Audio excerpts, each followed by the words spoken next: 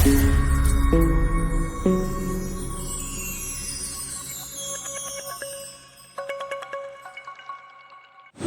Friends, saravanakumar. Welcome to power space solar tech. நிறைய பேருக்கு இந்த ஆங்கிரிட் பற்றி தெரியல. இது நல்லா பர்ஃபார்ம் பண்ணுமா, நம்மளுக்கு கரண்ட் பில் மிச்சம் பண்ணுமான்னு அவங்களுக்கு ஒரே டவுட்டாக இருக்குது யாருக்கு சொன்னாலும். அதனால் அவங்களுக்கு கிளாரிஃபை பண்ணுறதுக்காக நான் இந்த வீடியோ போடுறேன். இப்போ நீங்கள் பார்க்குற இது பார்த்திங்கன்னா ஒரு 5 கிலோவாட் ஆன்கிரிட் இன்வெர்ட்டர். இதில் பார்த்திங்கன்னா 590 வாட் பேனல், மொத்தம் 8 பேனல் போட்டிருக்கோம். நீங்கள் பார்க்கலாம், அதில் 1195 கிட்டத்தட்ட 1.5 மாதம் ஆகுது, 47 நாள் ஆகுது. 47 நாளில் 1195 யூனிட் இதில் ப்ரொடக்ஷன் ஆகிருக்கு. நீங்கள் இந்த டிஸ்பிளே வாட்ச் பண்ணுங்கள். வோல்ட்டு வருது, 3 ஃபேஸுக்கான வோல்ட்டு, ஆம்ஸ்லாம் வருது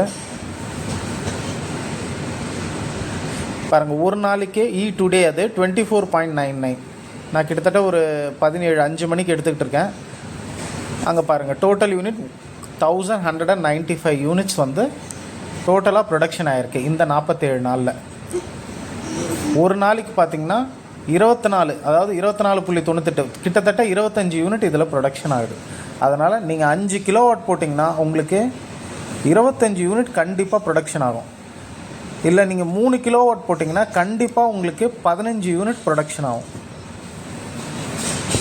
15க்கு மேலேயே வரும். ஏன்னா 3 கிலோவாட் போடுறப்பெல்லாம் 6 பேனல் போட்டுருவாங்க, 545 இல்லைனா 590. அப்போது உங்களுக்கு ப்ரொடக்ஷன் கொஞ்சம் எக்ஸஸாகவே இருக்கும். அதனால் கண்டிப்பாக உங்கள் கரண்ட்டு பில் குறையும்.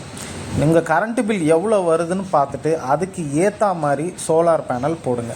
உங்களுக்கு நல்ல சோலார் பேனல் அமைச்சு தரோன்னா எங்களுக்கு காண்டாக்ட் பண்ணுங்கள்.